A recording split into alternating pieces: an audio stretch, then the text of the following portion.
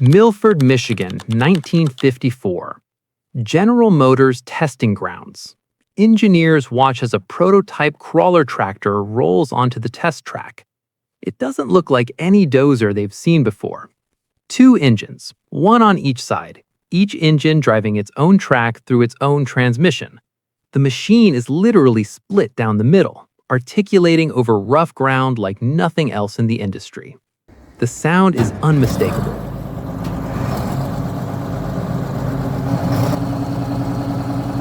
Two Detroit Diesel 671s running in what operators would later call stereophonic. At launch, 388 horsepower combined. Later versions would push past 450, far more powerful than anything Caterpillar has on the market. The new D9 has only 287 horsepower. The engineers from Euclid division are confident. GM bought Euclid specifically to compete with Caterpillar.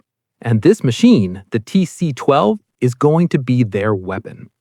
By mid-1955, the first production units are shipping to customers.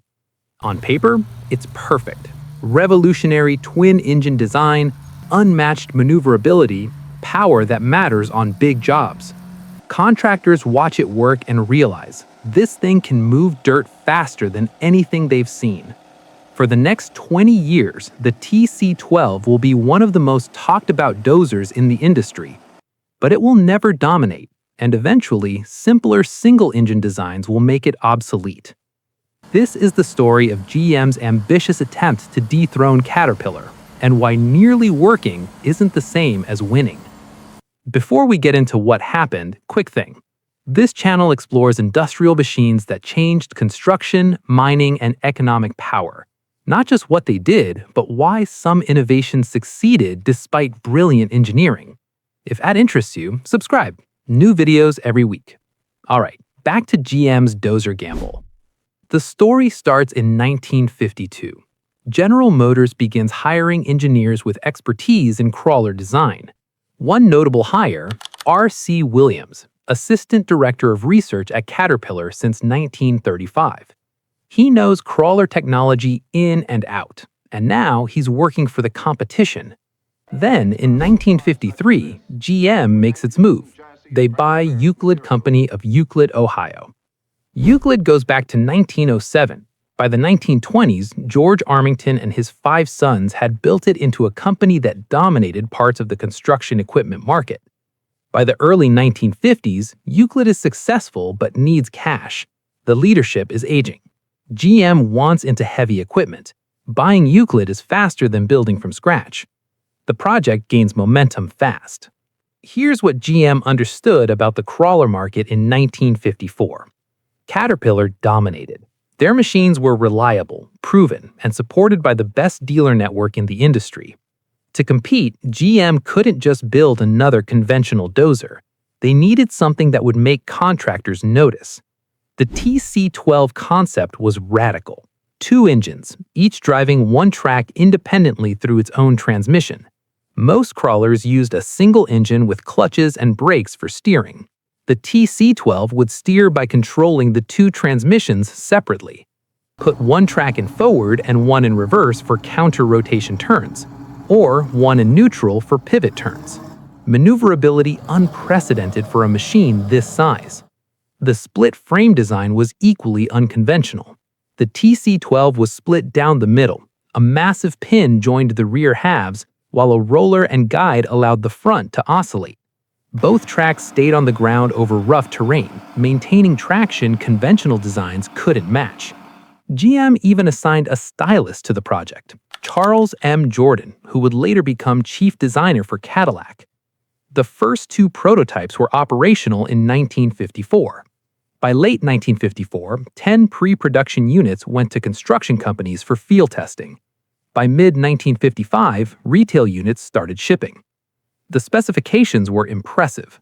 Twin GM 671 Detroit diesels rated at 194 horsepower at 1,800 RPM. Combined, 388 horsepower. Among the most powerful crawlers in the world, and arguably the boldest design.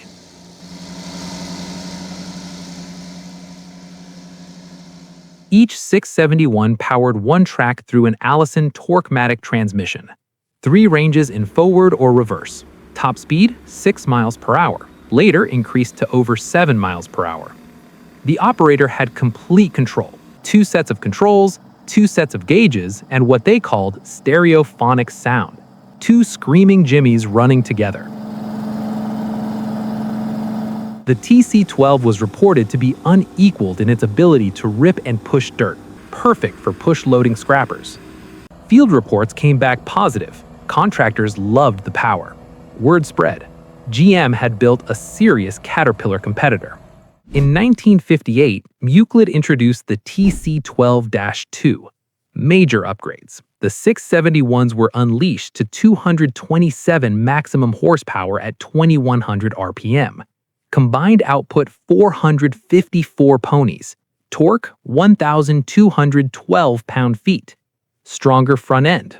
Improved undercarriage. This became the definitive version. In 1966, the designation changed to 82-80. Hydraulic blade lift became optional, eventually standard. Then in 1968, GM faced an antitrust suit. The Euclid division was split. Crawlers and earth movers moved to a new brand, Terex. Production continued under Terex until 1974. Total production? Just under 1,000 units of all variants combined. By 1974, simpler single-engine dozers with equivalent horsepower were on the market. The disadvantages of the complex, aging design made it difficult to sell. Production ended. So what went wrong? The TC-12 worked. Technically, it delivered everything promised. The power was real. The maneuverability was real. But worked and dominated are different things. First, complexity. 2 engines meant 2 maintenance schedules, 2 fuel systems, 2 air cleaners, twice as many things that could go wrong. Operators had to understand 2 independent powertrains, a steeper learning curve than conventional dozers. Maintenance crews either loved it or hated it, no middle ground. Those who kept up with proper service found it reliable. Those who didn't faced constant problems. Second, transport. The TC-12 was gigantic, well over 30 tons before the blade. In the 1950s and 1960s, moving equipment this large was challenging. Third, parts and support. Caterpillar had dealers everywhere. Parts availability was fast. Service technicians knew the machines inside and out. Euclid's network was smaller. Parts took longer. Not every dealer had technicians experienced with twin-engine crawlers. When a TC-12 broke down, it might sit for days. When a cap broke down, it was usually back running within hours. Fourth, the good enough problem. Yes, the TC-12 was more powerful than a D9, but a D9 was simpler. 1 engine, 1 transmission, mechanics already knew how to work on it. For many contractors, good enough and simple beat more powerful but complex. Fifth, evolution. By the late 1960s, single engines could produce the horsepower that required 2 engines in 1955.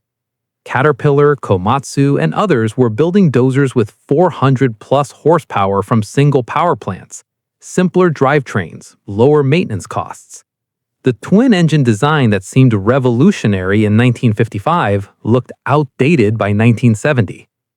So there's a broader lesson here on market entry strategy. GM thought they could beat Caterpillar with superior engineering, more power, better maneuverability, revolutionary design. And they were right, on paper. But markets don't just reward engineering excellence. They reward total cost of ownership, parts availability, service network, operator training, and accumulated trust. Caterpillar had spent decades building those advantages. GM couldn't replicate them by designing a better machine. Contractors who bought TC-12s generally liked them, but when expanding fleets, many went back to Caterpillar. Not because the TC-12 was bad, because Caterpillar was less risky. This is the same pattern with industrial equipment. Being better isn't enough if you can't support it as well as the competition. Today, running TC-12s and 82-80s are rare. Most are found worn out, parts difficult to obtain. A few have been restored. Both 671s roaring together, people remember why operators loved these machines. The sound alone is unforgettable.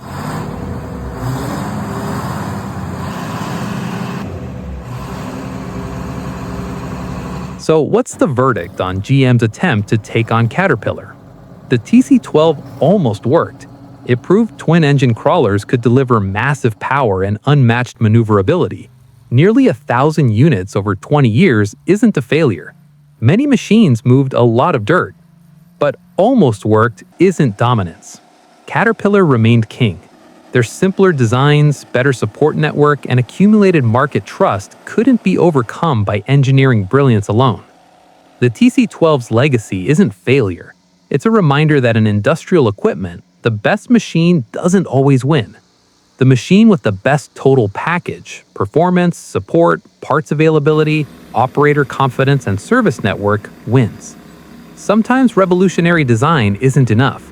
Sometimes the competition's advantage isn't their machines, it's everything around the machines. And sometimes being almost good enough to dethrone the king just proves how hard it is to actually do it. If you found this useful, leave a comment. What other ambitious machines almost changed their industries? I read every one. And if you want more stories about industrial equipment, competition, and why some innovations win while others fade, check out these videos. Thanks for watching.